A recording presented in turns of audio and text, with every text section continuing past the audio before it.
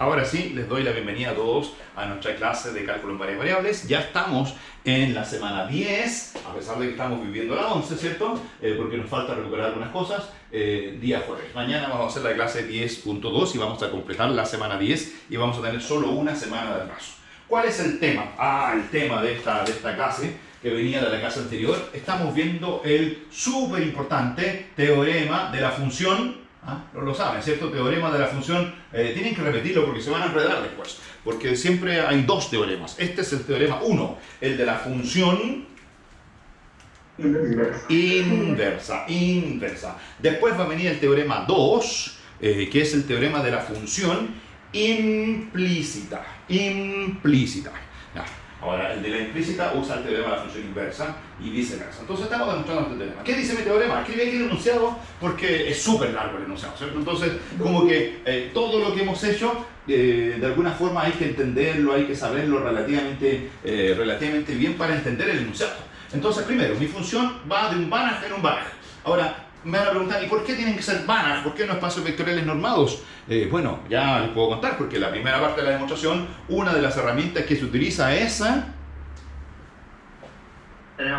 teorema del punto fijo. Y en el teorema del punto fijo uno siempre puede demostrar que hay sucessiones de Cauchy, pero al final, para que esas sucessiones de Cauchy converjan, necesitamos que los espacios sean completos, o sea, que sean Banach. Por eso tienen que ser Banach. Ahora, en estricto rigor, si ustedes miran esa parte de la demostración, solo se requeriría que E fuese un Banach, porque el punto fijo se plantea en E. Es una función que va de E en E, y esa es la que tiene punto fijo. Uno diría, necesito solo que el E valga Banach. Pero como por simetría, como la función inversa va a ir en el sentido contrario, también se requiere que f sea Banach, y de hecho después al final les voy a dar un par de resultados que se usan implícitamente sin que uno se dé cuenta en la demostración, pero funcionan solo cuando los dos espacios son de Banach. Así que espacios completos. Ya, tengo mi función que va de A en ese conjunto de un abierto y es diferenciable, continuamente diferenciable. Ahora, de hecho, después podrían decir, en realidad, si me doy un punto A, no necesito que sea continuamente diferenciable en todo el dominio, me basta con que sea continuamente diferenciable en un abierto en torno del punto A.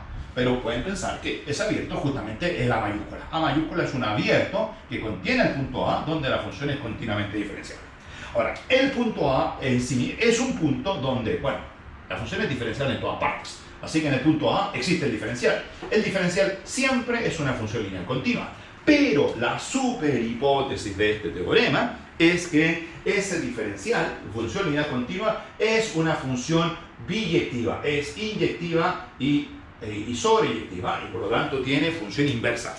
El diferencial tiene función inversa en el punto A.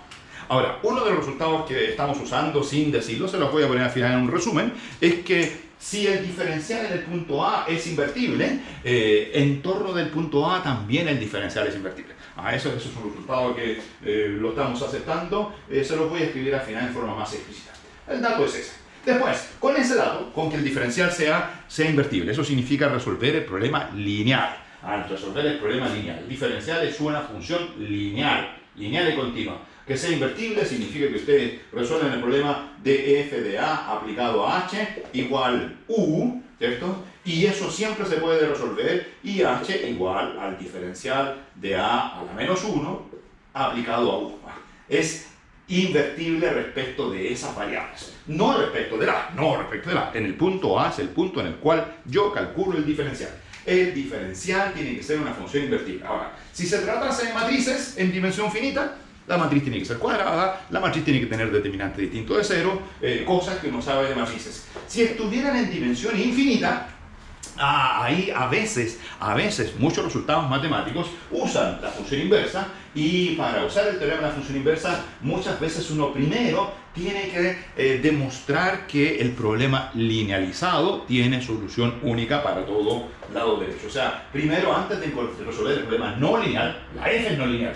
Entonces, antes de resolver el problema con f, uno lo resuelve con el problema diferencial. Primer dato de este teorema, el diferencial es invertible. Ya, ¿qué dice? Si el diferencial es invertible, ¿de qué es abajo? Lo que dice es que la función es invertible. La función es invertible. Si el diferencial es invertible, la función es invertible. Pero, no en todas partes. La función es invertible cuando yo no me muevo muy lejos del punto A. Cuando en el conjunto imagen no me muevo muy lejos del punto f de a. O sea, existe un abierto en torno de a que puede ser eventualmente muy chico. Eso es lo más peligroso. Ahora, si el abierto fuese todo el dominio, oh, fantástico, pero nadie garantiza que la inversa sea global. La inversa es local, en torno de un punto de inversa. De hecho, habíamos mirado otra vez la función 0 de x, esa no tiene inversa global, solo tiene inversa en esas zonas, en esas zonas, en estas zonas, en esas zonas. Ahí uno puede hablar de función inversa. De hecho, el arco seno, ustedes saben, por ahí están los ejes, es justamente la inversa en esa zona. El arco seno no es la inversa de seno en todas partes, es solo inversa local. Entonces, nadie pretende que esta inversa sea global. Existe un abierto que envuelve al punto A, existe otro abierto que envuelve al punto f de A, por supuesto también en el conjunto de llegada, tal que cuando uno restringe la función al abierto chico y al abierto chico del otro lado, esta función es biyectiva. O sea, para todo y en torno de f de a existe un único x en torno del punto A que resuelve la ecuación y igual f de x. Siempre la ecuación es y igual f de x. Entonces, esa ecuación tiene solución única cuando el y se mueve por aquí y la solución única existe por acá.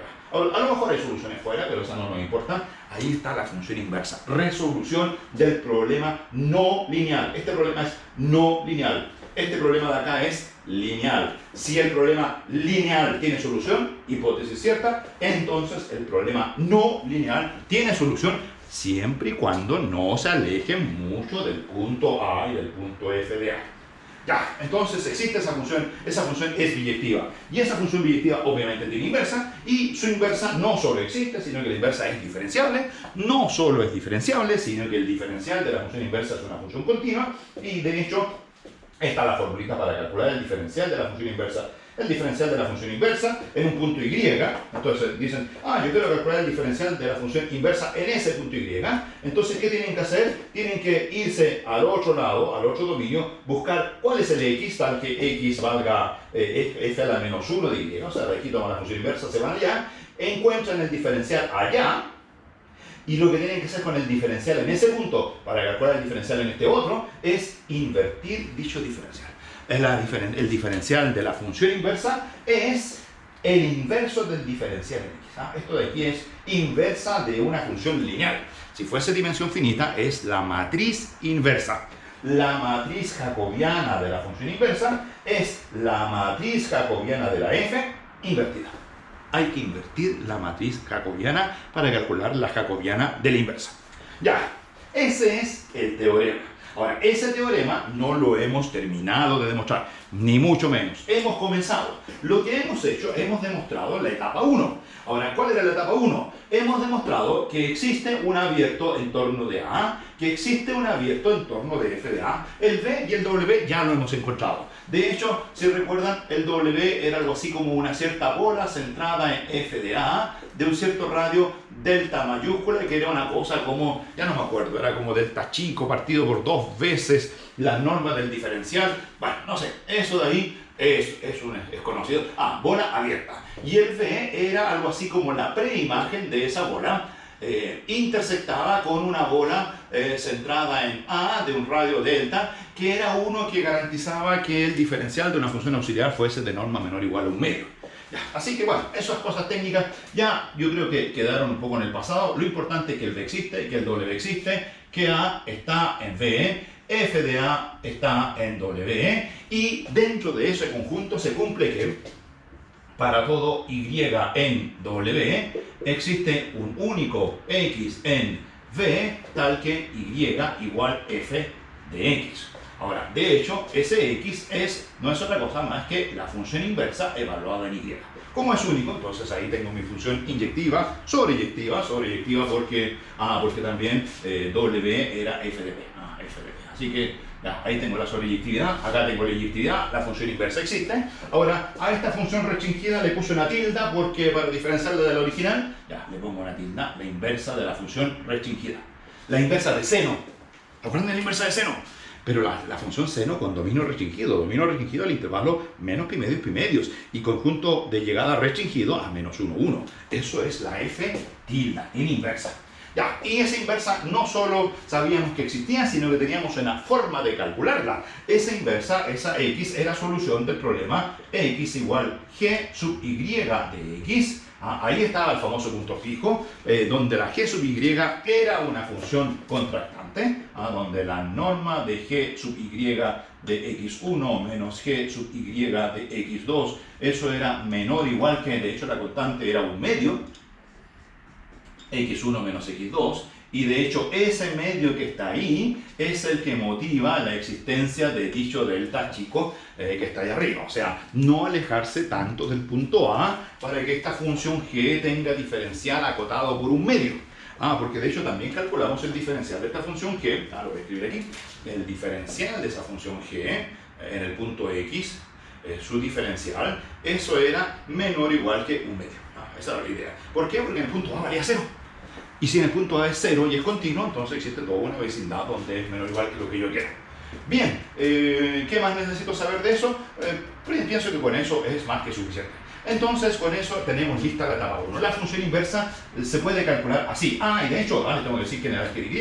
El g de y era, esta ecuación era x, g de y. ¿Cuál era la función de iteración? Porque recuerden que una vez que uno lo encuentra como punto fijo, si ustedes quisieran hacer aplicaciones, si quisieran encontrar aproximaciones de ese punto fijo, tienen que iterar la sucesión xn más 1 igual g sub y de xn. Le pongo el n abajo, n más 1, xn, y todos sabemos que iterando con cualquier punto inicial, ese es el teorema del punto fijo, esa sucesión converge al punto fijo de la función g sub y, y ahí han resuelto su ecuación y igual a x. Siempre la idea era cómo resolver esa. Bueno, el teorema dice existe la solución y no solo dice cuánto vale, que existe, sino que dice cómo calcularla. Cosa que a veces en matemáticas uno no sabe mucho. En matemáticas a veces uno sabe demostrar que las cosas existen, pero no sabe calcularlas. Aquí existe la función inversa y sé calcular el x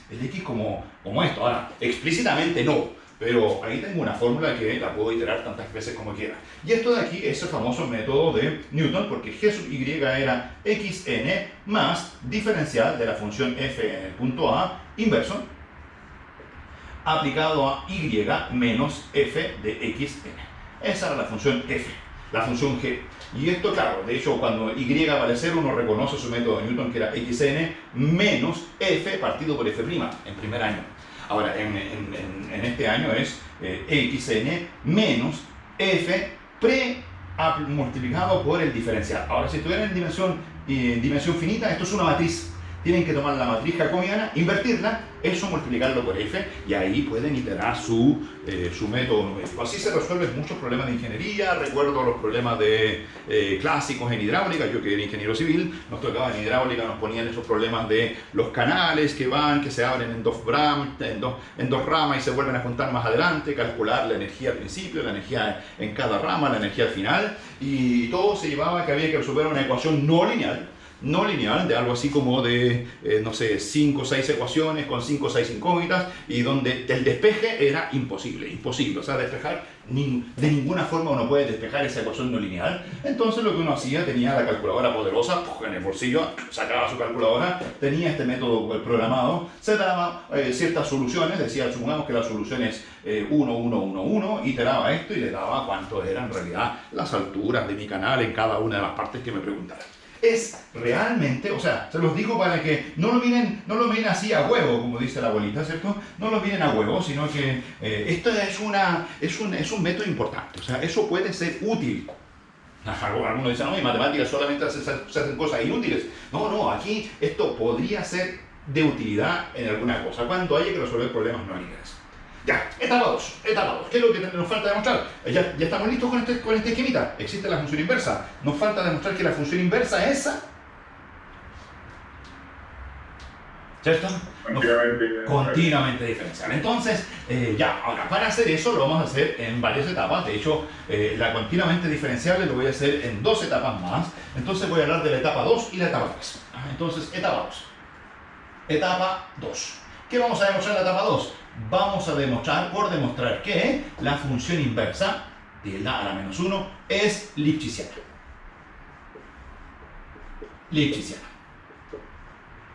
es lipschitziana. La función es menos que demostrar que sea diferenciable, es menos que demostrar que es continuamente diferenciable, pero es un paso, es un paso. O sea, si usted pretende ser diferenciable, tiene que ser continua. Si usted pretende ser continuo, una forma de demostrar que algo continuo es demostrar que es lipschitziana, y aquí se puede demostrar que esta función es lipschitziana. Entonces, miren, a ver, tomemos dos puntos. No se olviden del esquema, no se olviden del esquema. Voy a poner aquí mi punto A, voy a poner al otro lado el punto F de A, y voy a decir que hice este dibujo es la vecindad V, esta de aquí es la vecindad W. Entonces, me dan dos puntos Y1 e Y2. Y me dicen, calcúlate la función inversa. Calcúlate la función inversa, la voy a poner por acá. Entonces, este es f de x1. Entonces me dicen, miren, dados y1, y2 en el dominio W. Lo que hay que hacer es calcularse la norma de f tilde a la menos 1 de y1 menos f tilde a la menos 1 de y2. Y demostrar que eso es menor o igual que...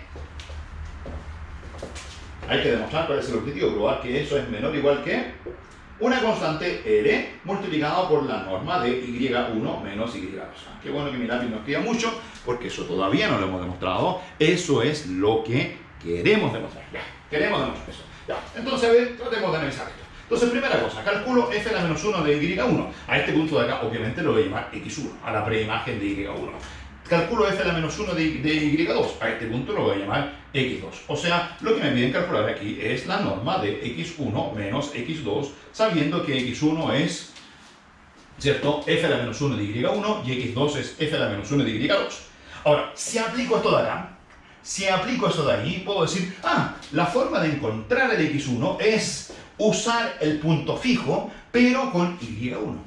Ojo que aquí con y2. La forma de encontrar x2 es usar el punto fijo, pero con y2. Ojo que antes el y era fijo, ahora el y es variable. Entonces, cuando aplico mi punto fijo, si ustedes a este punto fijo le cambian el valor de y, les va a cambiar el punto fijo. Claro, porque les va a dar la imagen del otro punto. Y como la función es inyectiva, x1 y x2 no pueden ser el mismo. Entonces, x1 es solución del punto fijo, x2 es solución del punto fijo, pero no son el mismo. ¿Por qué no son el mismo? Porque es distinto. Porque el y1 y el y2 en general son distintos. Bueno, si el y1 y el y2 fueran iguales, obviamente el y1 y el y2 son el mismo, porque la g es la misma. Entonces uno puede decir, oye, tú eres solución de un punto fijo, tú también eres solución de un punto fijo. Sí, pero si ponen las dos soluciones de punto fijo, no, la cosa no va a funcionar. Así que lo que hay que hacer es cargarle la mano a uno. Es decir, que el x1 es solución de un punto fijo, es simplemente g sub y1 de x1. El x1, si nos vienen aquí, x1 es gy de x1. Ahora ese es el punto fijo, x1 igual g de y, pero con y1. Si quisiesen hacer lo mismo acá, tendrían que decir que ese es g y2 de y2. No, eso no lo voy a hacer porque si no tendría 2g, no sé cómo relacionar 2g, una g con otra g. Entonces te voy a decir simplemente es x2. Ya. Y después lo que voy a hacer es decir, yo conozco una propiedad de la g, que la g es lipschitziana, que la g es contractante, pero cuando el y es el... ¿Lo ven ahí? El mismo. Entonces, no voy a poner aquí y2. No, lo que voy a hacer es simplemente un Nikita Nippone. Vamos a un Nikita Nippone. ¿Cierto? Nikita Nippone. Voy a decir que eso es igual a g y1 de x1. Y a eso le voy a restar y le voy a sumar menos x2. ¿Qué le voy a restar y le voy a sumar? Le voy a restar y le voy a sumar g índice y1, porque si yo cambio el y, no sé qué hacer. Entonces dejo el mismo y1 siempre. Pero la función g de y1 se la aplico a x2. Ojo que eso no es x2. Eso no es x2. Porque x2 es punto fijo de la g sub y2. En cambio, como estoy con y1, eso no es x2. Es algo, bueno, no sé cuánto vale. Es un número que puedo, o sea, un vector que lo puedo sumar y lo puedo restar. Entonces g y1 de x2. Y obviamente, una vez que lo tengo así, yo aplico mi desigualdad triangular. ¿Cierto? Yo uso algunas de estas propiedades de aquí, entonces no las voy a borrar para usarlas. Entonces, desigualdad triangular, todo eso es menor o igual que... Bueno, ¿qué va a quedar? Primero va a quedar la norma de las diferencias de los g, con el mismo y. Con el mismo y. Caí la trampa, ¿ven? Estoy diciendo una cosa y escribo otra. No sé si les ha pasado eso. El mismo y. Ahora me enredé porque iba a escribir el x2. Ese es x1, ese es x2, este es y1 y este es y1, el mismo y. Lo que cambia es el x. Ya, eso, más la norma de g sub y1, g sub y1 evaluado en x2, y eso menos x2. Diferencia que no vale 0. ¿Por qué no vale 0 la segunda? Porque x2 es punto fijo de la g sub y2. Nada que ver con esta otra. Entonces, eso de ahí no es 0. Ahora, ¿aquí qué puedo hacer? Bueno, mi g, la g, yo dije que la g tenía datos. Yo sé que la g es contractante, así que para el mismo y, si calculo el g en dos puntos distintos, eso es menor o igual que un medio veces la diferencia de los puntos. Así que ahí, ni un problema, esto es menor o igual que un medio de la norma x1 menos x2. Perfecto. Más. Y esta de acá, esta de aquí tengo que usar la definición. ¿Qué es g sub y1 de x2? Aquí está g sub y, que es g sub y1 de cualquier cosa, de x2. Bueno, g sub y1, ahí lo tengo, es x2 más diferencial de f punto a menos 1, copiar todo lo de arriba. Y las cosas importantes es que donde dice y tengo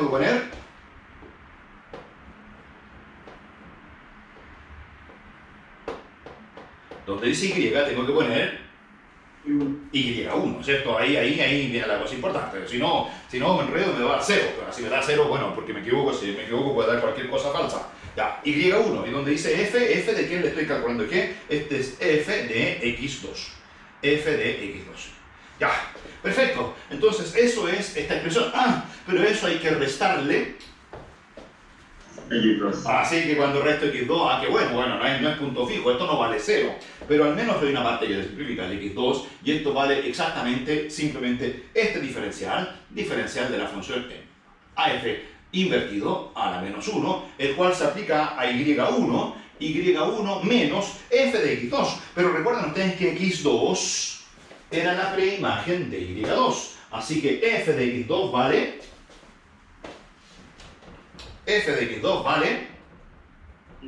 y2, ¿cierto? Y2. Ya, ahí tengo eso. Ya, pienso que con eso prácticamente estamos listos. Así que aquí ya puedo borrar eso de ahí y puedo decir que prácticamente hemos terminado la demostración. ¿Por qué? Porque, bueno, el lado derecho sigue siendo el 1 medio, x1 menos x2, más, que puse ahí una supernorma que abrí que nunca cerré, y esta norma del operador aplicado a eso es menor o igual que la norma del operador. ¿Cierto? Eso ya lo hemos hecho varias veces. Esta norma en las lineales continuas que van de f en e, porque es de la función inversa.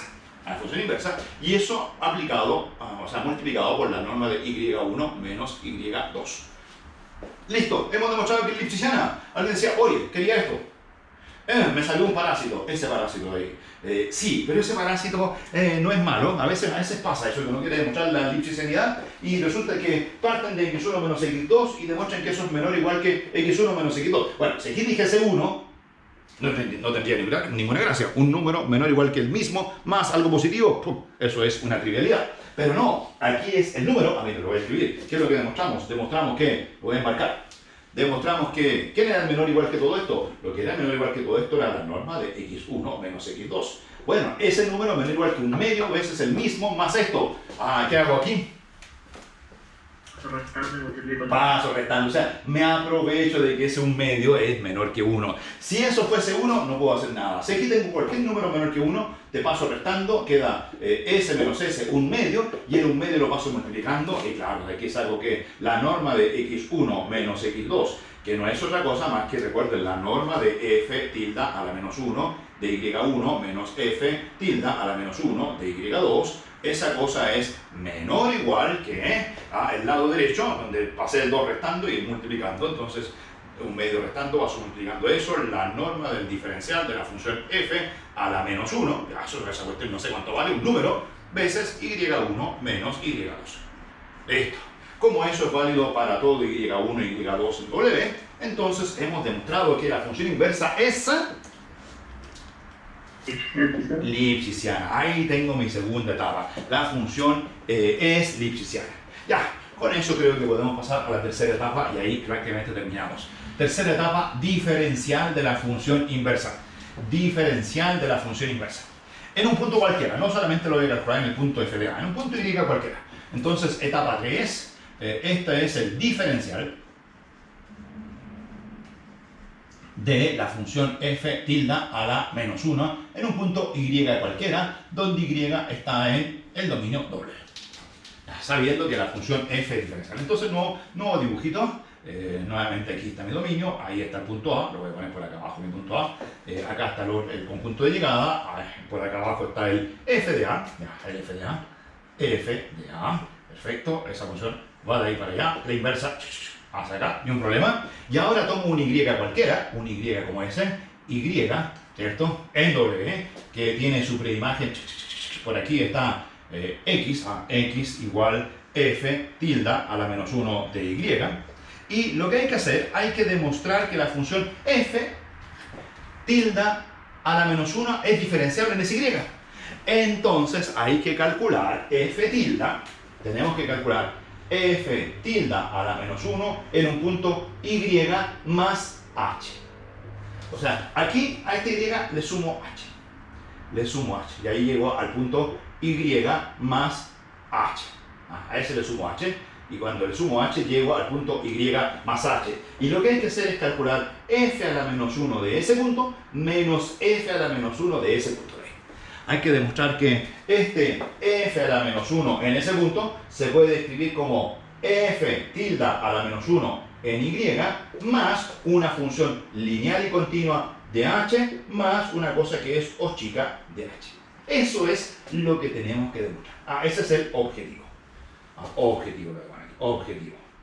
Encontrar esa L, el diferencial, encontrar, bueno, y tal que cuando ustedes hagan eso, menos dicha L, el resultado sea o chica de h. ¿Ya? Entonces lo que voy a hacer es calcular esta recta. A esa recta le voy a poner un nombre y es esa recta la que voy a calcular completamente. Entonces miren, a esa recta, entonces voy a decir, calculemos f tilde a la menos 1 en el punto y más h menos f tilde a la menos 1 en el punto y. Ya a esa recta le voy a poner un nombre, por el momento la voy a llamar como es, se fijan que el h es el delta y esto es como delta x, entonces este le voy a poner como nombre, tú te lo vas a llamar K mayúscula. Esto simplemente es un nombre. Tú te llamas K mayúscula. Y lo que yo quiero demostrar es que esa cantidad K se puede escribir como una función lineal de h más o chica. Ya. Ahora, puedo hacer al tiro una observación. Puedo decir que si h tiende a 0, porque todo esto hay que hacerlo cuando h tiende a 0, eso es o chica, hay que tomar el límite cuando h tiende a 0, eso, menos eso, partido por norma de h, tiene que tender a 0. Esa es la gran clave. Entonces, cuando h tiende a 0, si h tiende a 0, ¿qué le pasa hasta acá? A esa cantidad acá, si h tiende a 0. Si h tiende a 0, se fijan, y más h, claro, tiende a 0 porque, de hecho puedo decir más, que esa cantidad acá en norma, la norma de K, es menor o igual que la constante de Lipschitz que demostré en la etapa 2, que no sé qué nombre le puse, L veces la norma de H. F aquí menos F acá en norma es menor o igual que la constante de Lipschitz por la diferencia de los Y, la diferencia de los Y es H. Así que el K menor o igual que L por H. Y por eso si el H tiende a 0, el K tiende a 0. Ojo que esa cosa la vamos a usar. O cuando calcule el límite, si por ahí aparece un K, voy a decir, estoy tomando el límite cuando h tiende a 0. Pero el K también tiende a 0. Ya, a esto de aquí, sí, cuéntame. Me perdí con el K. ¿Cómo era? El K fue un nombre. El K no, esto de aquí no es ninguna deducción, solamente a esta resta. Recuerda que lo que yo quiero hacer es estudiar esto.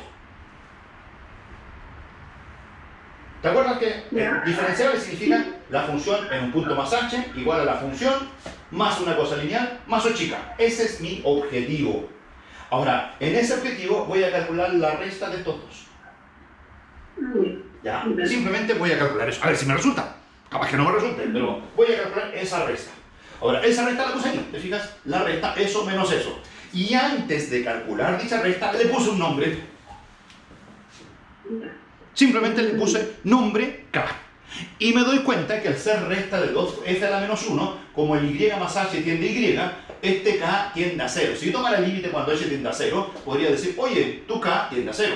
¿Por qué? Porque la norma del k, por ser lipschitziana, es menor o igual que la constante de Lipschitz veces la norma de dicho h. Esto de aquí son solo unas observaciones de dicho k. Le puse un nombre y deduzco esas observaciones. ¿Le parece? ¿Te parece, vale? Ya. Y ahora voy a seguir poniéndole nombre, creo que es súper conveniente a la preimagen del y. Había dicho, aquí está el y, a la preimagen la llamo x. Entonces voy a decir, el x, de hecho ya le he puesto nombre, entonces tú te llamas x. X.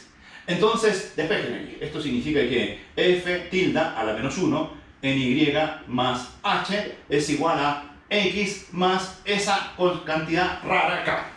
Le puse nombre, paso sumando el x y me queda esa expresión.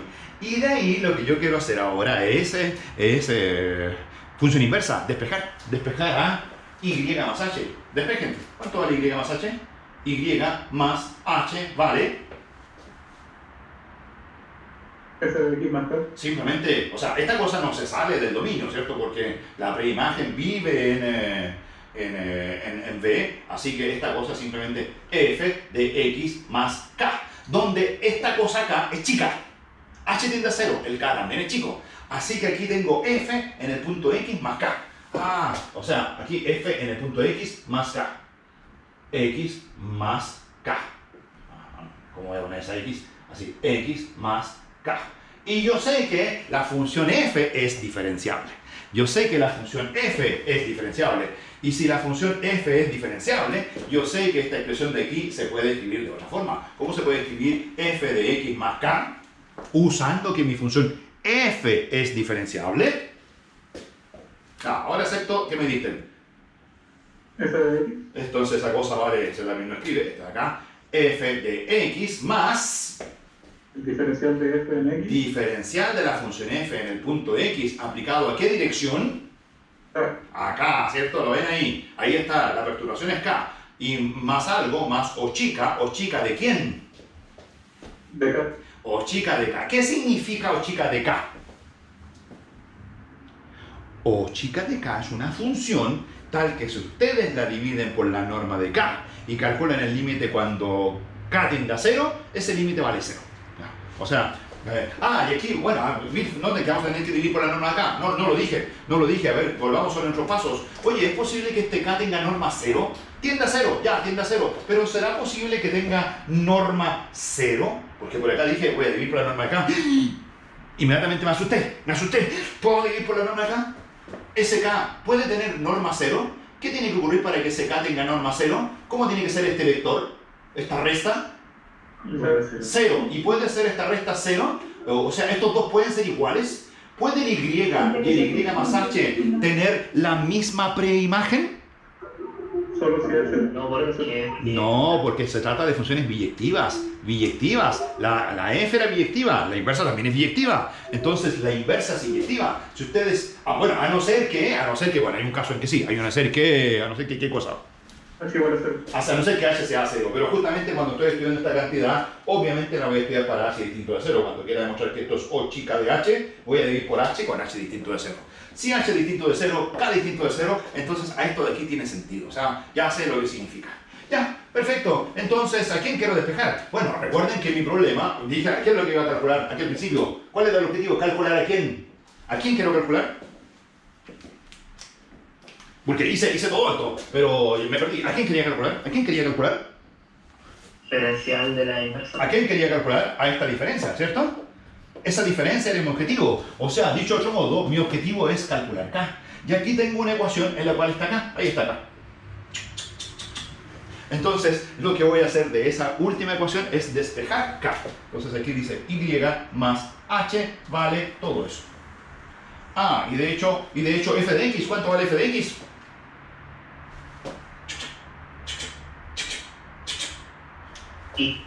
O sea, y más k, así que este f de x vale, no le pongo f de x, le pongo y. Y si quedó y al lado izquierdo y al lado derecho, en realidad, ¿qué hago con el y? Termina. Termino ahí, termino acá. Oh, ¿qué ecuación más sencilla? ¿A quién hay que despejar de ahí? ¿A quién hay que despejar? Acá. Acá. Entonces, ¿qué hago? Este O chica lo paso restando. Entonces me queda, miren, diferencial de f en el punto x aplicado acá, eso es h menos O chica de k. Bueno, menos O chica o más O chica da lo mismo. Los O chicas son menos O chicas, así que si quieren le ponen aquí más. ¿Le quieren poner más? Si quieren, si no, no, no sé, ¿cómo quieran? Da lo mismo, el signo no me importa en los O chicas. Ya, y aquí despejo k. ¿Cómo despejo k? ¿Cuánto vale k? Este es el problema lineal. ¿Cómo se calcula k? ¿Qué tengo que hacer con este operador lineal de aquí? Aplicarse la inversa. Invertirlo. Entonces mi dato era que ese operador era invertible en el punto A. Pero voy a usar un dato un poquito más amplio. Voy a decir que si es invertible en el punto A, existe una vecindad, una bola, de tal modo que el diferencial es invertible en toda la bola. Y de todo nuestro razonamiento, cuando encontramos la primera bola, ¿se acuerdan que había por ahí una bola de radio delta? Yo puedo suponer que ese delta originalmente ya tenía la propiedad, de tal modo de que el diferencial era invertible en todas partes. Así que voy a invertir esto de aquí nomás. O sea, el diferencial es invertible en todo el dominio B. El B es tan chico de tal forma que esto es invertible. Así que aquí queda diferencial de la función f en el punto x, pero operador inverso. ¿Qué significa eso? Le pongo un menos 1 arriba. Y ese operador se le aplica ¿a quién? A H menos O. A H menos O chica de K. Pero ese operador aplicado a una recta es lo mismo que ese operador aplicado a A. Entonces, como es lineal, esto es el diferencial de f en x a la menos 1, ¿aplicado a quién? Bueno, primero se lo aplican a H, y después restan esa misma cosa, diferencial de f aplicado en x a la menos 1, aplicado a O chica de acá. O chica de k. O chica de k, ese es el lápiz. O chica de k. Así está la cosa. Y eso es k. ¿Y quién era k en todo este cuento? O sea, le pusimos nombre. ¿A quién le pusimos nombre? Para no escribirlo tantas veces. Pero ¿quién era k al final? Profe, Sí. ¿por qué el signo de la chica me importa? Porque... Mira, le voy a escribir una cosa así como O chica de h más O chica de h igual O chica de h. Sí, es que me genera como un ruido que sea como el K igual al menos diferencial a la menos 1 de la chica. Como que... O sea... Creo que si cambia más, habría una diferencia. Sí, pero es que, esto de aquí, ponle aquí más o menos, ponle ahí más o menos. ¿Ese signo te está haciendo ruido? Sí. Sí, ponle más o menos. Dejémoslo ahí que ese ruido va a desaparecer totalmente al final. Mira, porque ese ruido va a ir a la cosa que es O chica. Esta cosa de aquí no tiene ruido. El ruido está por acá. Pero el ruido está en una cosa que es súper chica.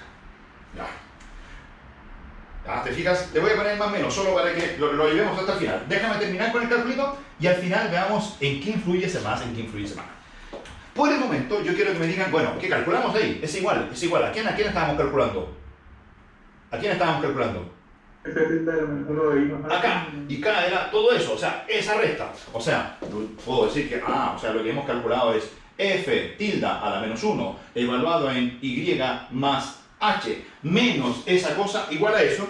Ahora, ese menos perfectamente lo puedo pasar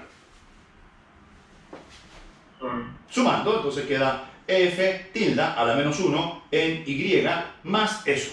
Y hemos demostrado esta linda fórmula de acá abajo. Con todo ese calculito de ahí, salvo ese más menos. Ya, yo dije que era menos, pero le podía poner más. Me da lo mismo ese signo. ¿Por qué me da lo mismo? Porque miren, aquí está la función en Y más H, igual a la función en Y. Entonces ahora hay que identificar términos. ¿Quién es este de aquí? ¿Quién es ese de ahí?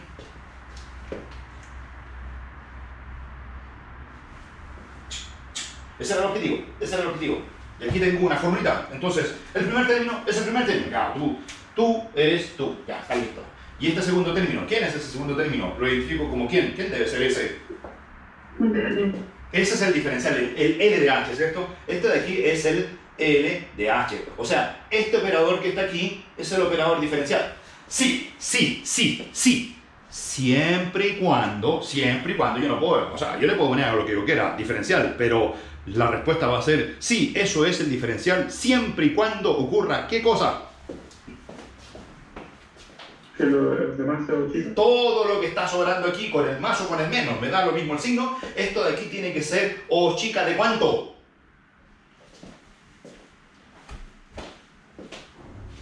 O chica de ¿cuánto? Para que sea lo que yo quería. No vean lo que obtuve. ¿Qué es lo que yo quería? Yo quería la función n punto, yo quería una función lineal, esto es lineal, y yo quería O chica de H. Este tiene que ser O chica de H.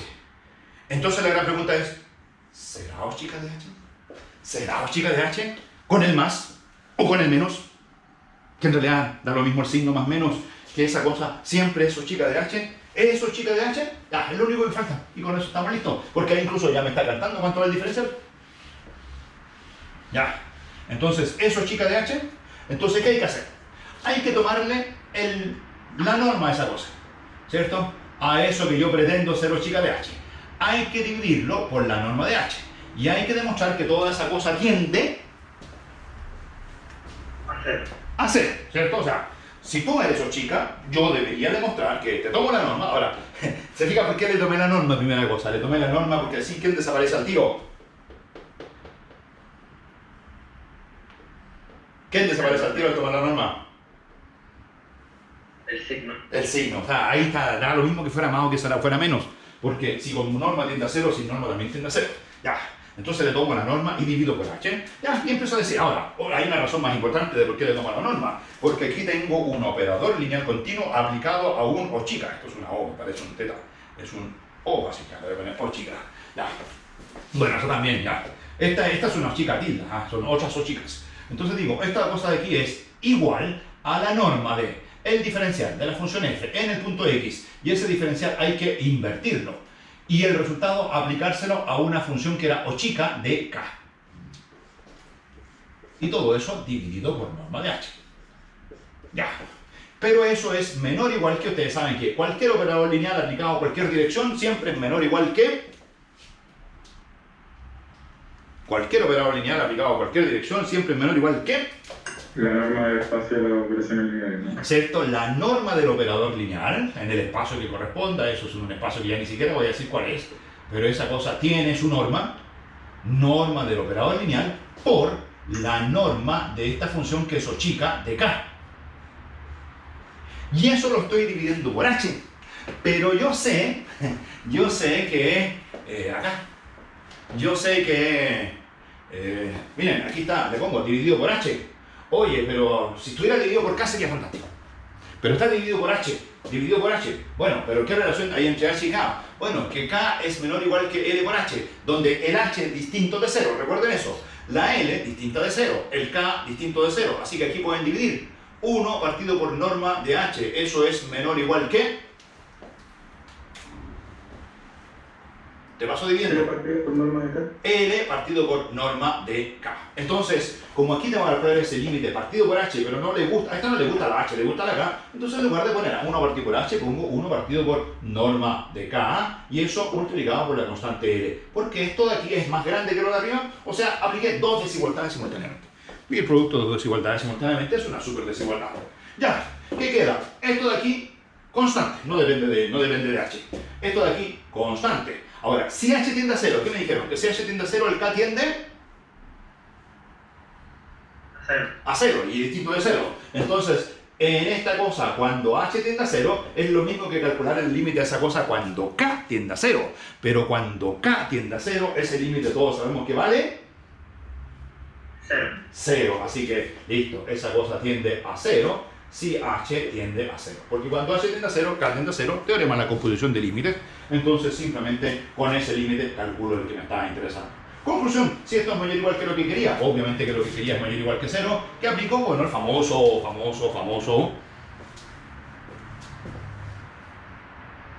menor o igual, mayor o igual, eso es el famoso sándwich, ¿cierto? De funciones en R, porque tome norma, y cuando estoy en norma, esta cosa es un número real. Entonces me da igual que eso, me da igual que esta cosa que tiende a 0, así que se tiende a 0. Conclusión, esta cosa que está aquí, teníamos la gran pregunta. La pregunta era, ¿eso, chica de H? Conclusión, esta cosa que está aquí. Sí. Es efectivamente O chica de H. Y si esa cosa es efectivamente O chica de H, entonces lo que quedó sobrando aquí efectivamente es el diferencial de la función inversa. Encontré una función lineal continua aplicada a H, tal que esta expansión ocurre, y eso es la definición misma de ser diferenciable. Así que puedo decir, hemos encontrado el diferencial de la función inversa. El diferencial de la función inversa es, entonces, diferencial de la función f tilde a la menos 1. A esa función es la que estamos calculando su diferencial. En el punto y vale, ¿cuánto vale? Es el diferencial de la función f en x. ¿Qué era x en todo este cuento? ¿Qué relación? Borré el dibujito. ¿Qué relación tenía x con y? F de x igual a y. O sea, x es la primera imagen de y, o y, la imagen de x, como quieran, ¿cierto? Entonces, ese diferencial en x hay que invertirlo y tal se terminó el problema. Ya, entonces la función inversa es diferenciable. Y queda solamente una última etapa 4, pero ni siquiera la voy a escribir, es que el diferencial es continuamente, la función es continuamente diferenciable. Cuando el y cambia, para eso a lo mejor hay que ver toda la variación. Entonces, diferencial de f evaluado en el punto, ¿quién era x me dijeron? ¿Quién era x en términos de y? Y era f de x. ¿Quién es x? La primera. Es cierto, la función inversa, f tilde a la menos 1 de y, todo eso a la menos 1.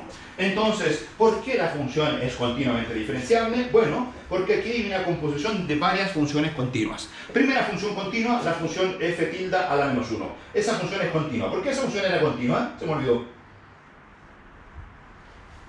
¿Por qué esa función era continua? Porque en la etapa 2 demostramos que era lipschitziana. Y de hecho en la etapa 3 demostramos que era diferenciable. O sea, tenemos muchas herramientas para decir que esa es continua. No solo es continua, era diferenciable. Así que incluso esta composición la podría después derivar de nuevo. Calcular la segunda, el diferencial de segundo orden. Bueno, eso no lo voy a hacer ahora. Entonces, a esa cosa es continua. Y después viene el diferencial de eso. El diferencial de f. La función f tenía diferencial. ¿Cómo era el diferencial cuando le cambiábamos el punto? El diferencial cuando le cambio el punto. ¿Cómo era la f? ¿La f cómo era? ¿Cuál era el dato? Primera línea decía, dato la f era continuamente diferenciable. ¿Y qué significa eso? Continuamente diferenciable. Significa que si usted cambia el punto donde calcula el diferencial cambia continuamente. Es continuo, el diferencial es continuo con respecto al punto. Entonces, la f tilde es continua. Ahora, este punto cambia, pero el diferencial es continuo. Así que toda esta función es continua. Y después, la función que va a una función lineal en la asociación inversa también es una función continua y por lo tanto, por composición de funciones continuas, esta cosa es continua con respecto a y. Y como es continua con respecto a y, la función inversa no solo es diferenciable, la función inversa es continuamente diferenciable. Ahí se terminó. Salvo que aquí al final hay un pequeño detalle. De hecho, hay varios detalles en la demostración que les voy a poner en forma explícita. Entonces pongamos aparte, una super observación. Pónganse que les listo para que no están escribiendo un cuaderno, ¿cierto? Para que después yo al final del semestre les puedo pedir su cuaderno. Les podría incluso revisar el cuaderno, por ejemplo. No sé, bueno, esas cosas no se hacen en esos de colegio. Pero sí me gusta a veces pedirle los cuadernos para tener un registro de lo que dije en clase. Porque ustedes anotan todas las tonteras que yo digo y después a mí se me olvidan. Entonces, ¿están haciendo un cuaderno? ¿O simplemente están ahí durmiendo diciendo, no, lo veo después en internet, oh, no, lo copio, hay una página HTML en la cual está todo, o no, mi amigo va a hacer un resumen? ¿Están escribiendo un cuaderno de cálculo en varias variables? ¿Sí? ¿No? Yo sí, alguien sí, o sea, existe al menos uno, existe al menos dos, ¿cierto? Que en el cuaderno existen más de uno, más de dos, ¿cierto? Ya, entonces, observación, anoten lo siguiente en su cuaderno. En la demostración anterior, pongan, les dicto para que no escribí toda la pizarra, en la demostración anterior se usaron, a veces incluso sin darnos cuenta, en la demostración anterior se usaron tres grandes resultados del análisis matemático. Tres grandes resultados. Tres grandes resultados del análisis matemático. De hecho, la verdadera rama de esos resultados es lo que se llama el análisis funcional, donde uno estudia todas estas cosas, pero con más profundidad. Se usaron tres grandes resultados del análisis matemático, que escapan al alcance de nuestro curso. Si uno quisiera demostrar esos tres grandes resultados, hay que hacer cosas que son más complicadas que las que hemos hecho en el curso. De hecho, hay algunas donde hay que meterse con el infinito, hay que meterse con el axioma de elección, hay que meterse con el lema de Zorn, hay que estudiar... Ya, eso se los dejo a otra gente para que estudie esos tres grandes. ¿Qué son? ¿Qué son? Se los voy a dictar. ¿Qué son? Primer resultado matemático importante. Es que si L es una función lineal continua de E en F. ¿Cuál es la función lineal continua que aparecía en mi teorema? Por ejemplo, funciones lineales continuas de E en F. Los diferenciales de la F, ¿cierto? Eso diga de E en F. Ahora, si L es una función lineal continua de E en F, que es sobreyectiva. Bueno, de hecho, no, pongámosle invertible. Biyectiva. Biyectiva. Si le pongo sobreyectiva, tendría que escribirlo de una forma un poquito distinta. Pero biyectiva. Bueno, si una función va de E en F es biyectiva, bueno, eso no es un gran resultado matemático. Bueno, es de álgebra de primer año. Si una función es biyectiva, ¿qué tiene toda función biyectiva? Inversa, ¿cierto? Entonces, si esta función es biyectiva, entonces su inversa, L a la menos 1, es, bueno, existe, primera cosa. Segundo, creo que en álgebra lineal también se puede demostrar en forma fácil que la inversa es lineal. Si una función L va de E en F lineal y tiene inversa, la inversa también es lineal. Pero lo que no se puede demostrar, y es jabonoso, y no se puede, y de hecho fue Banach quien lo demostró, es que la función inversa no solo es lineal, la función inversa no solo existe, sino que la función inversa es continua. Es continua. Ahora, yo aquí lo voy a escribir en una pura línea. Voy a decir que la función inversa es una L de f, E. Pero es una línea bien concentrada, porque en esa L ustedes saben que se esconden tres cosas. Primero, que la L a la menos 1 existe. O sea, si no, ¿cómo podría estar en conjunto? Segundo, que la L a la menos 1 es lineal. Pero el tercero no hay que olvidarse, que esta L no es lineal. Ahora, de hecho, algunos autores denotan L así, las lineales de NF, de FN. L recta, las funciones lineales. O algunos notan T, de transformación lineal en español. No sé en el apunte de álgebra, ¿cómo se notan las funciones lineales que van de dos espacios vectoriales, de un espacio vectorial en otro? ¿Cómo notan T? Creo que T como transformación lineal. Como T de transformaciones lineales, ¿cierto? Pero esas son solamente lineales. Si quieren la notan con T, pero esa L es, si quieren la notan con L, a eso te refiero. Pero esta L no es igual a la de arriba. La de arriba es una L mucho más...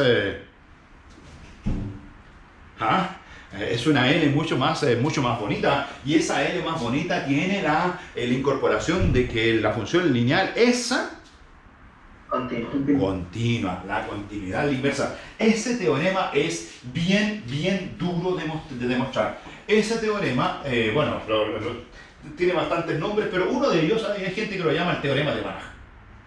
Es el teorema de Banach. Y de hecho, para que sea cierto, necesita que los espacios E y los espacios F... ¿quién demostró el teorema? Banach. Por eso se llama teorema de Banach. ¿Y cómo lo demostró Banach ese teorema? Suponiendo que el espacio E y el espacio F eran de Banach. Se ubica como, es como que, yo trabajo en mi mundo y supongo que todo pertenece a mi mundo. Claro, efectivamente E y F tienen que ser de Banach. Tienen que ser espacios de Banach. Ahora después uno se pregunta, ¿y si no fueran espacios de Banach? No, hay contraejemplos donde la función inversa es solo lineal pero no continua.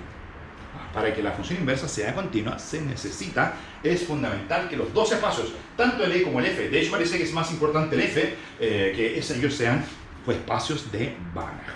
Ese es un resultado bien duro. No se lo puedo demostrar en este curso. Bueno, de hecho, si lo quieren, alguien dice, yo voy a ser matemático y lo demuestro entrando en matemática. No se demuestra entrando en matemática. O sea, hay que pasar año 1, semestre 1 de matemática, semestre 2 de matemática, y yo creo que el semestre 3 de matemática recién uno puede demostrar estas cosas porque pertenecen al mundo de análisis funcional. Si ustedes miran la malla matemática, hay un curso que se llama análisis funcional, ahí se ven estas cosas. Y nosotros lo usamos hoy día inocentemente en nuestro tercer semestre de la facultad. Tercer semestre de ingeniería civil. Entonces el resultado es bien importante. Segundo resultado es que si ustedes tienen una función de funciones de operadores lineales, por ejemplo tienen una f que va de un dominio a subconjunto de lo que quieran, e, f, g, h, lo que quieran, h por ejemplo, tal que para cada punto, bueno aquí era subconjunto de e, pero para cada punto le asignen un operador lineal e, f. Si piensan en las funciones que entregan funcionales lineales continuos. ¿Habían aquí en nuestro ejemplo funciones que entregaran funcionales lineales continuos? ¿Había alguna función? Justamente el diferencial, cuando uno cambia el punto, cuando uno calcula el diferencial en un punto, es un L de E, F. Pero cuando ustedes empiezan a cambiar el punto, entonces construyen una función que a cada punto le asocia un operador lineal continuo. Entonces, funciones como esa. Si esta es una función continua, si esa es una función continua y se preguntan cuál es el conjunto de los x en el dominio. Bueno, A abierto para que funcione bien. A abierto. A abierto. Creo que aquí siempre nuestros dominios eran abiertos, así que esa parte no tiene problema. Se preguntan cuáles son los x del dominio donde esta función lineal, o sea, yo a cada x le asocio una función lineal continua de en f, pero se preguntan cuándo esta función lineal f de x es invertible. Que de hecho si uno utiliza el teorema de Banach de arriba, significa que la función tiene inversa, su inversa es continua, entonces uno dice que esa L es una isometría entre y f. Y de hecho, miren, podría usar esa notación, decir que f pertenece al conjunto de las isometrías de e, f. O sea, si es una función lineal continua que sea invertible, entonces, y agrupan eso en un conjunto, ese conjunto es abierto. Ese conjunto es abierto. Eso lo usamos en la demostración, porque nosotros dijimos el diferencial en A es invertible. Pero el conjunto donde el diferencial es invertible es un conjunto abierto. Y si el punto A pertenece a dicho conjunto, ¿qué pueden decir de un abierto? Si el punto A está en un abierto, existe una bola que sigue estando dentro del hay una bola de tal forma que dentro de esa bola sigo estando dentro del conjunto. ¿Y cuál es el conjunto? Hay una bola donde mi diferencial sigue siendo invertible. Eso lo usé en alguna parte del demostración. Y también es un teorema un poquito más complicado. Ahora, incluso se puede plantear con matrices. Si ustedes piensan en las matrices, una función de matrices, de tal forma que esto sea una matriz, y piensan cuál es el conjunto de tal modo que estas matrices sean invertibles, el conjunto donde las matrices son invertibles, si tienen una función que a cada x le asocia una matriz, a cada x es una matriz, a cada x es una matriz, por ejemplo, pueden pensar en la matriz jacobiana. A cada punto de mi dominio le asigno en la matriz jacobiana. Y esa cosa es una función continua. Si se preguntan cuándo la matriz es invertible, el conjunto donde es invertible es un abierto. Creo que con matrices lo podrían hasta entender un poco mejor, o podrían hasta decir, miren, sospecho de una demostración. Porque en las matrices, para que una matriz sea invertible, lo puedo caracterizar por una ecuación algebraica. ¿Cuál es la ecuación que caracteriza las matrices invertibles? ¿Cuáles son las no invertibles? Las no invertibles son las que tienen ¿qué cosa igual a 0? Del determinante. El determinante es una operación algebraica de las matrices que toman, no sé, este elemento, lo multiplican por este, le suman este, hacen una serie de sumatorias, pero no son más que multiplicar, sumar, restar. Esa es una operación algebraica de las matrices, y esa operación algebraica en las matrices no invertibles tiene que ser igual a 0. Y si ustedes se preguntan, el conjunto de las matrices donde ese determinante es igual a 0, eso es un cerrado. Porque igual 0 es cerrado. Y si se preguntan cuáles son las invertibles, es distinto de 0. Y distinto de 0 siempre hemos visto que esas cosas son... Cuando nos dice una función distinta de 0, una función continua distinta de 0, cuando una función continua distinta de 0 en un En un abierto, eso lo saben demostrar, si cuando las funciones son... Lo hemos usado varias veces. Ya, así que si fuesen matrices, este resultado no es tan grande. Y después el tercero, el que dice que si ustedes consideran la función, miren, la siguiente función, la función que tiene por dominio las isometrías, que van de E a F, que por supuesto es el subconjunto de las lineales continuas que van de E, F. ¿Cuál es la diferencia entre estos dos? Aquí están las lineales continuas, y aquí, ¿por qué este es un subconjunto? ¿Quién está ahí?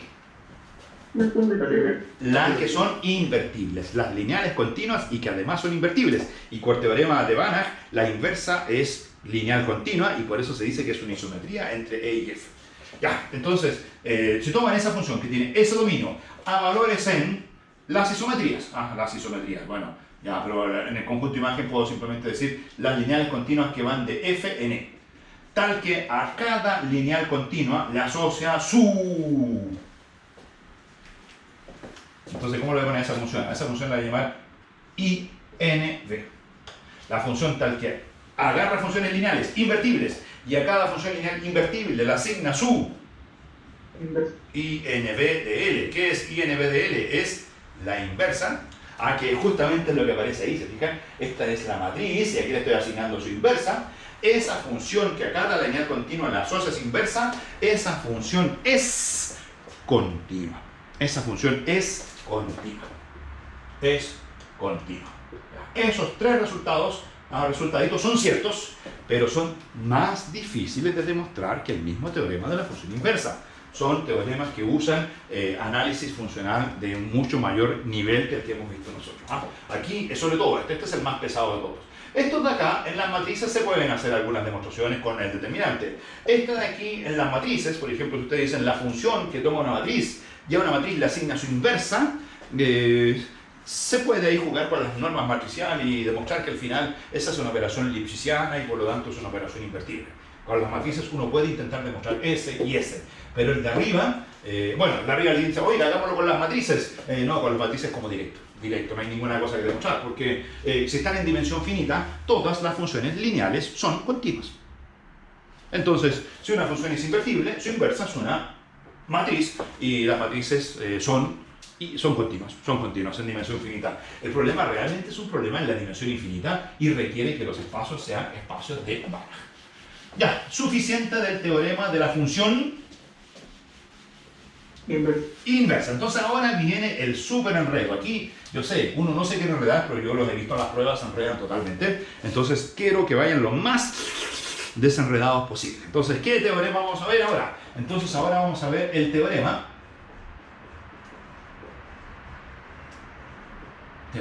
de la función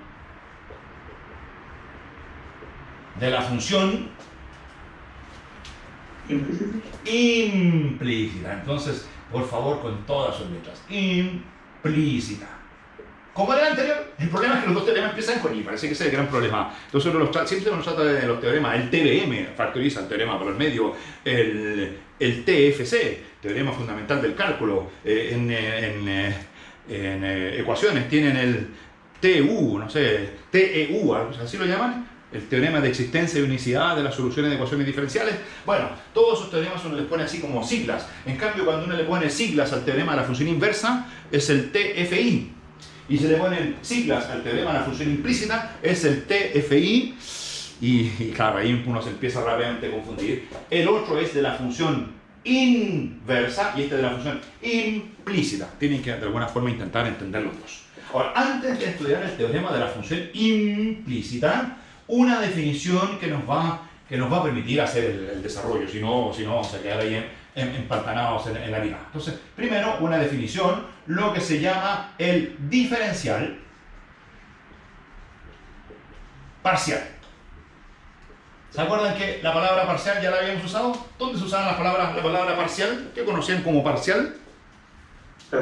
Las derivadas parciales. Bueno, ahora vamos a calcular el diferencial parcial. O sea, habíamos dicho que las derivadas parciales y el diferencial no eran la misma cosa. Cuando el diferencial existe, las derivadas parciales también y se cumple una igualdad.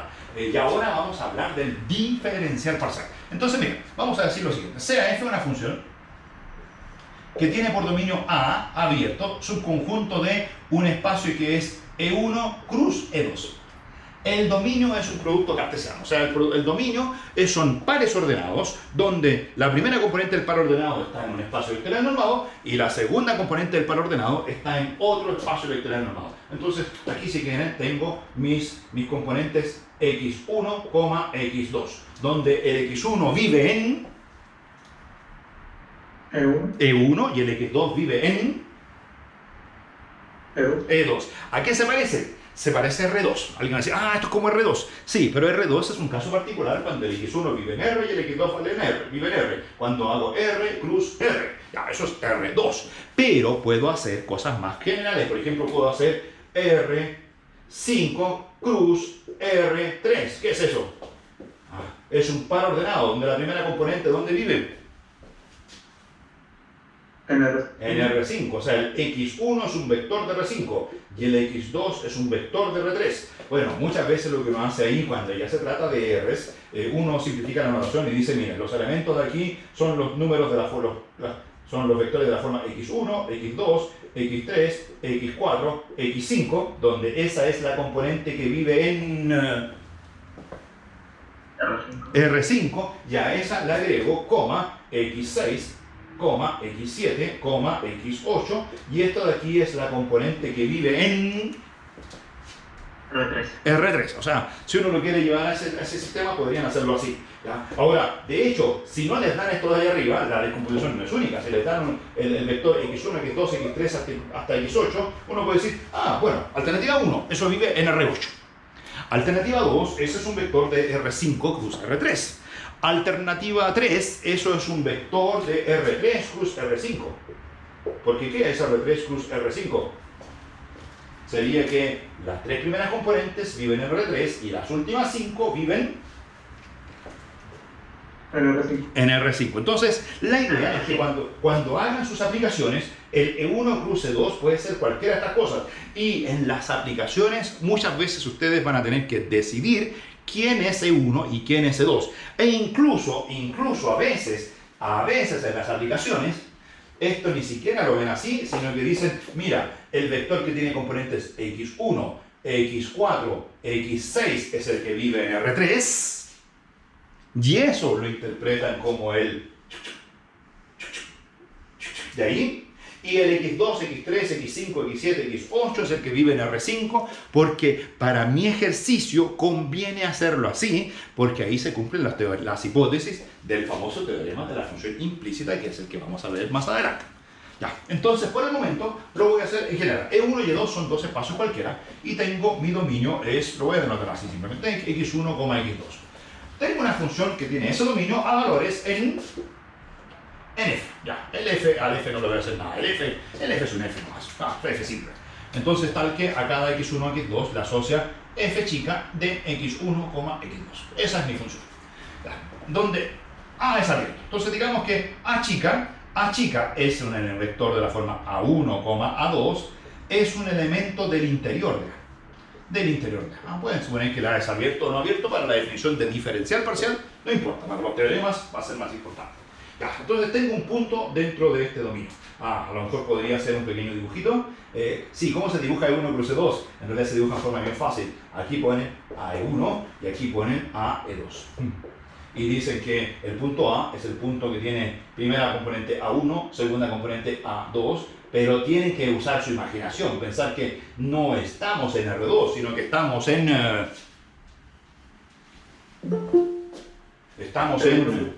Claro, o sea, simplemente leer E1 cruz E2. Este es E1 y ese es E2. Esto no es R, eso no es R, es cualquier cosa y cualquier cosa. Ya, entonces, tomo un punto A de ese interior. Entonces, se dice que la función f es parcialmente diferenciable. Parcialmente diferenciable. En el punto A. El punto en el cual calculo el diferencial es en S. No, pero no voy a calcular el diferencial, voy a calcular el diferencial parcial. Y de hecho voy a calcular dos diferenciales parciales. El diferencial parcial con respecto a X1 y el diferencial parcial con respecto a X2. Entonces, ¿qué es lo que voy a hacer? Bueno, voy a decir, la función f es parcialmente diferenciable en el punto A si las siguientes funciones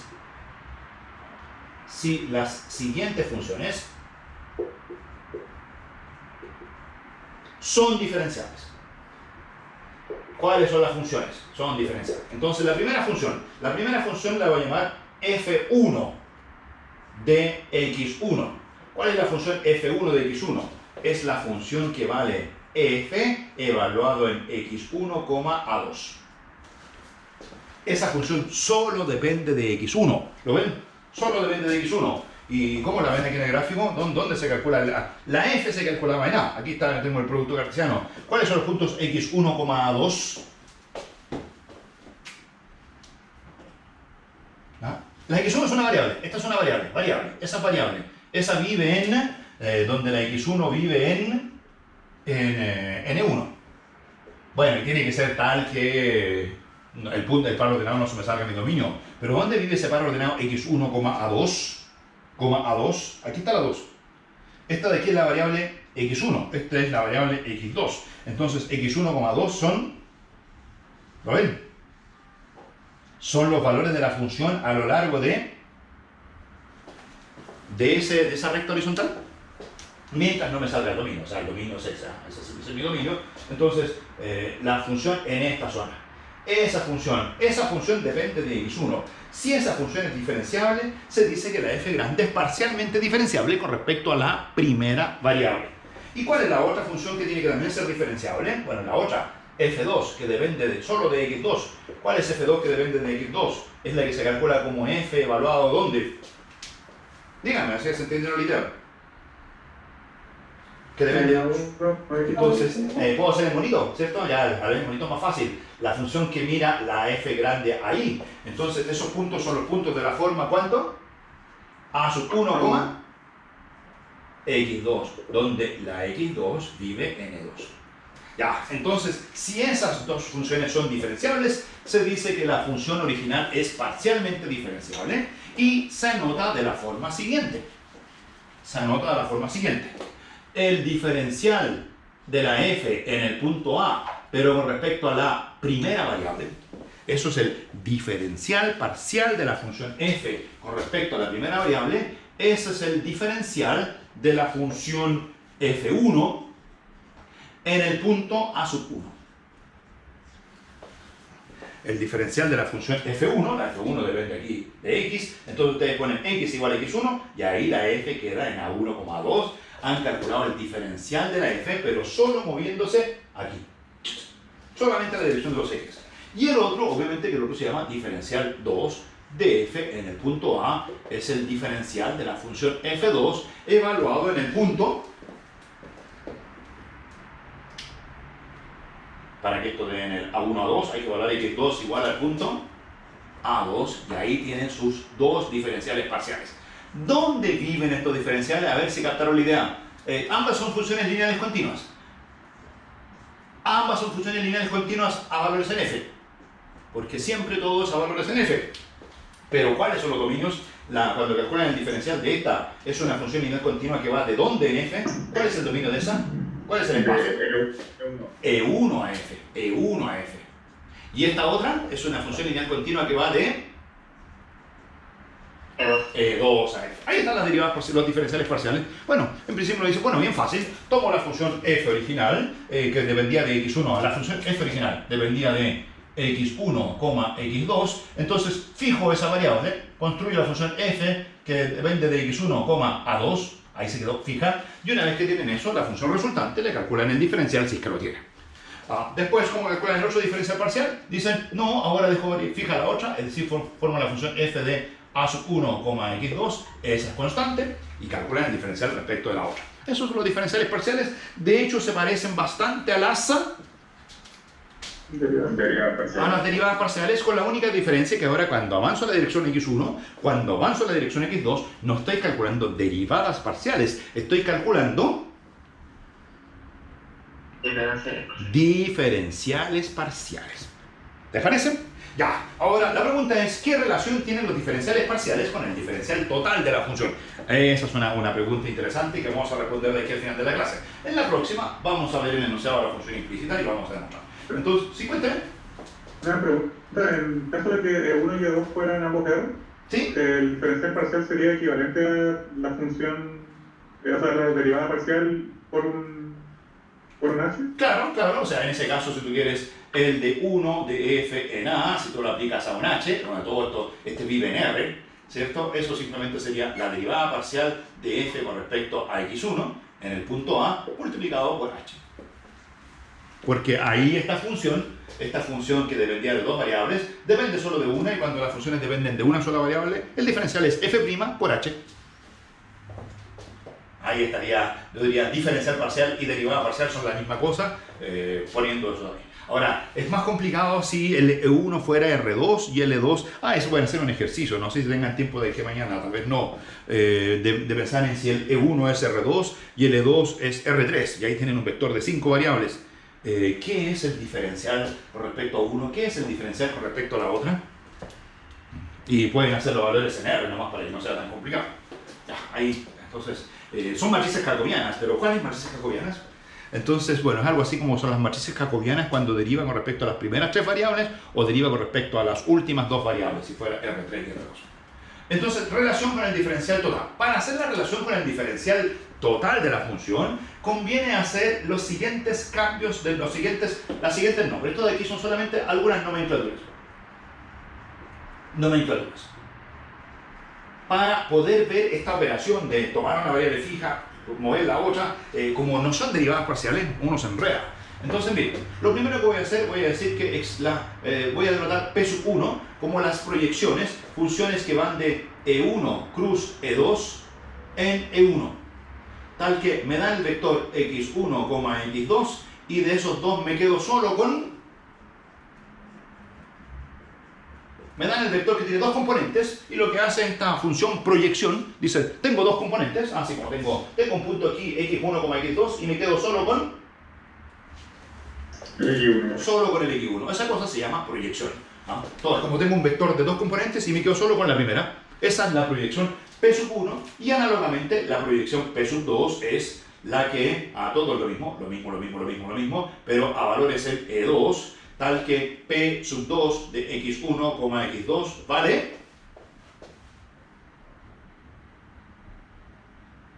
la otra proyección P de x1, x2 vale, ¿con cuál me quedo? Con x2, ¿cierto? Esas son primeras funciones llamadas las proyecciones. Ahora, ambas son funciones lineales continuas, por lo tanto ambas tienen diferenciales muy sencillos. Recuerden ustedes que el diferencial de una función lineal, si tiene una función lineal L de X, el diferencial de la función L en un punto A cualquiera vale... ¿Cómo valía el diferencial de una función lineal en un punto cualquiera? El diferencial de la función en un punto cualquiera valía...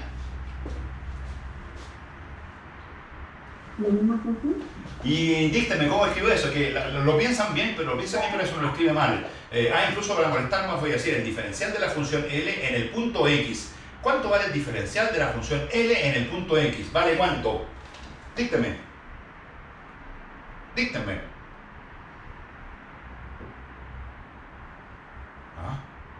La L es lineal continua, así que si la L es lineal continua, ¿cuánto vale el diferencial de la L en cualquier punto X? En cualquier punto X, la diferencial vale L. ¿Algo más? ¿Algo más? ¿No? ¿Por qué no me dictaban entonces si era tan fácil? Yo sé por qué no me dictaban, porque le daba sustito. ¿Qué les daba sustito? Les daba sustito porque me iban a dictar... Bueno, muchos piensan en poner L de X. No, porque L de X... Recuerden que esta cosa tiene que ser una función lineal que va de E, F. Si ustedes le ponen L de X, esa cuestión eso no es un operador lineal. Eso ya está evaluado, eso es un elemento de F. No, el diferencial de una función lineal es el L.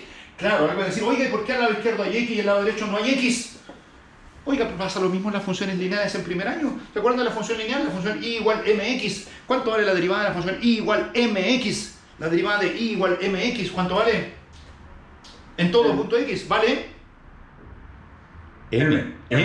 La derivada es constante.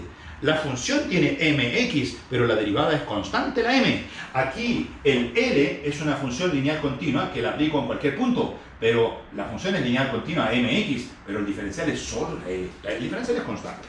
Ya, así que estas de aquí, como son lineales, sus diferenciales son ellas mismas. Así que los diferenciales son fáciles.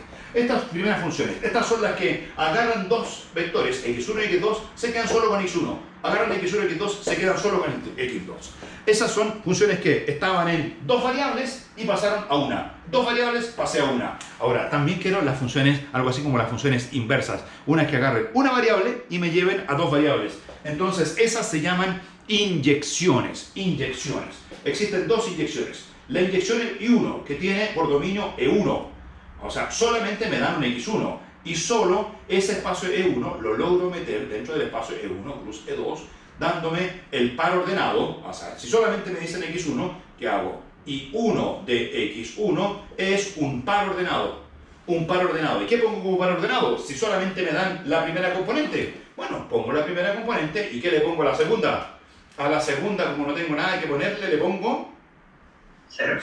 Cero, simplemente cero. Ahora, también le podría poner una constante, pero si le ponen una constante no es simpático, porque si le ponen cero, esa función es lineal.